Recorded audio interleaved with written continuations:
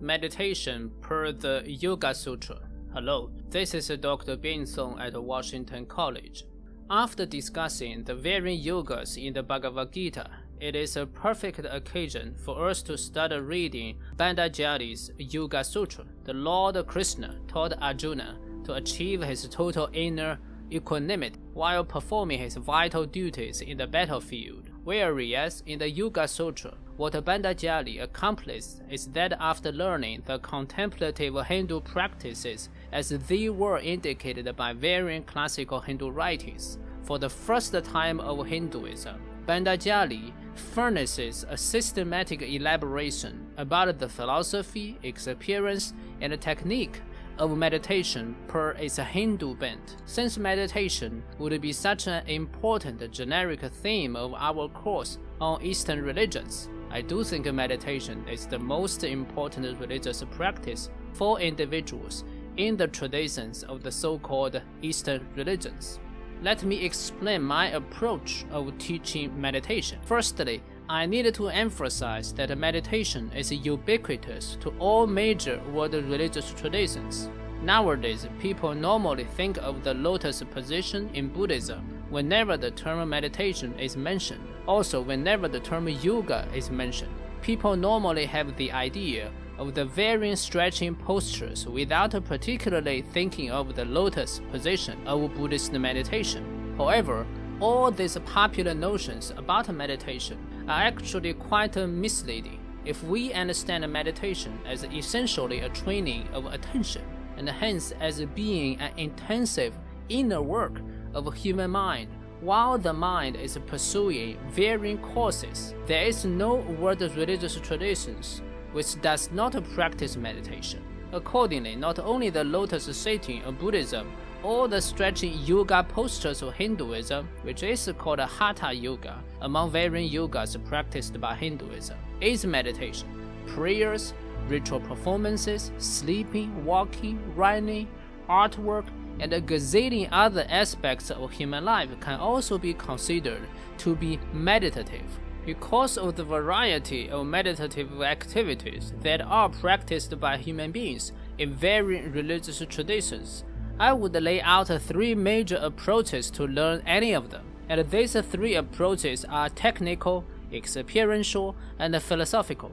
Technically, we need to pay attention to how religions present their techniques of meditation, namely how one starts and deepens their meditation in concrete ways. In the Yoga Sutra, we find the 8 lanes of yogic practice, starting from moral disciplines, which urge meditators to be a good human being in their daily life at the first hand, and then going through posture, breath control, and withdrawal of senses, and eventually culminating on how to refine one's mental state regarding an object in such steps as concentration, meditative absorption, and integration. The latter 3 are further called a perfect discipline, and with a deepening training of this perfect discipline, meditators can eventually realize their pure awareness, which remains unmoved, unperturbed, and perfectly peaceful, regardless of the changing phenomenal world.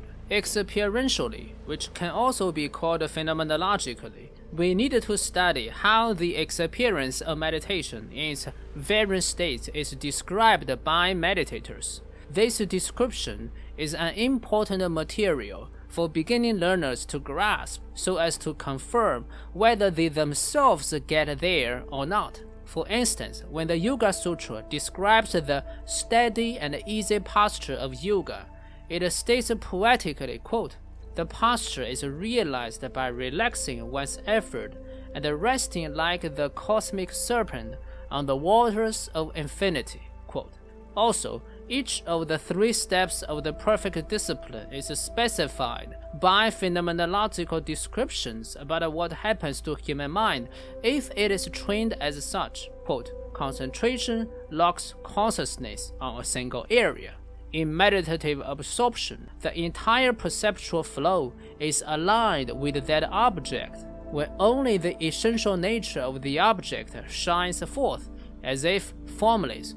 Integration has arisen." Quote. Here, the 3 steps of perfect discipline of human consciousness is depicted experientially as a process starting from the human mind's endeavor of concentrating on one object, proceeding through steadily and uninterruptedly, focusing upon the object, and eventually letting the object occupy the entire mind so that no split between subject and object avails. Obviously, all these phenomenological descriptions are quite helpful if a reader of the text tries not only to intellectually understand it, but also starts to practice meditation.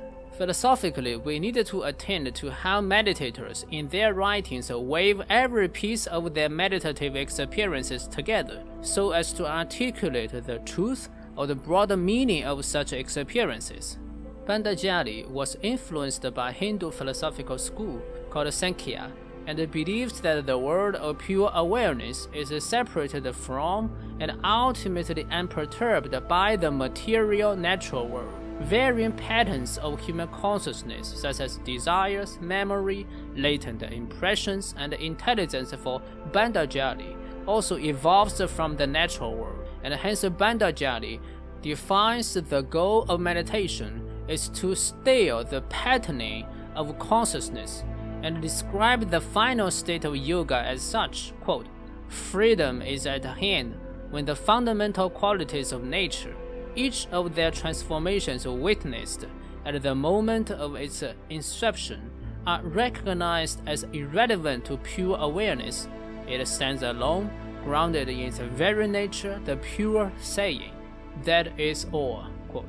It is quite obvious that Bhandajali's yoga practice is grounded in an elaborate philosophy, and this philosophy states both its ethical ways of human living and also its ultimate soteriological goal of achieving ultimate freedom. These 3 aspects of meditation are normally intertwined in given contemplative traditions. Techniques affect how meditators experience. The experience inform their philosophies, while their philosophies also color and fashion how they report their experiences. If we look at these 3 aspects cross-traditionally, we'll find a fascinating phenomenon that each of these aspects can be borrowed, revised, and accommodated within a new tradition so as to form a new, relatively stable pattern of meditative style. For instance, Buddhists may use the same techniques of posture and breath control as articulated by Bhandajali, but practice them using a different philosophy. For Buddhists, they do not typically think of the goal of meditation as discovering one's genuine self, since they believe nothing has a self, and accordingly their vision about the position and destiny of human beings in the ever-changing karmic world is also different from the Yoga Sutras Hindu view. So the question is, as beginning learners, what shall we do in face of this vast and complex body of meditation literature accumulated by so many religious traditions so far? 2 suggestions from me at this beginning stage of your learning and practice of meditation. First, whenever learning meditation from a given tradition or an established teacher, practitioners should broadly and critically examine all the 3 major aspects of meditation, and on the basis of this, form their own way of contemplative practice fit for their own lifestyle. This implies that you may borrow techniques from a certain tradition without necessarily buying into its philosophy. Also, it may imply that you can feel differently from the established meditators in a given tradition during your meditating process. But as long as you have your own philosophy to coherently and positively connect your practice with other aspects of human life, the difference is warranted. In other words, while practicing meditation, we need to dedicatedly practice it while critically thinking over it.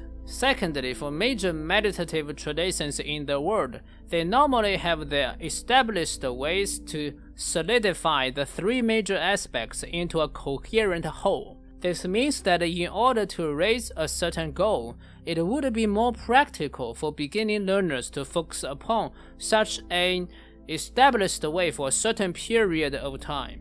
Therefore, it will do a disservice to beginning learners of meditation to delve into varying traditions superficially and then to hastily try to form their own meditative style. More ideally, beginning learners should find a teacher fit for their initial preference, practice that particular style for a while, and see whether it works and to what extent it works before deciding to change the approach or starting to create synthetically one's own.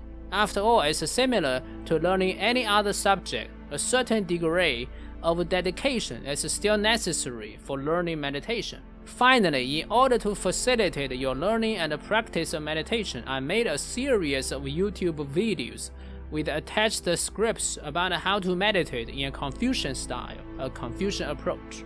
Some of these videos contain concrete guidance about how to breathe, sit, walk, etc. So hopefully, while pursuing the course, you can start to practice physically what you have learned intellectually. But please do not forget, while teaching meditation, my hope is not to promote any religion, but to have you critically study meditation in an integrative way so as to form your own unique contemplative lifestyle.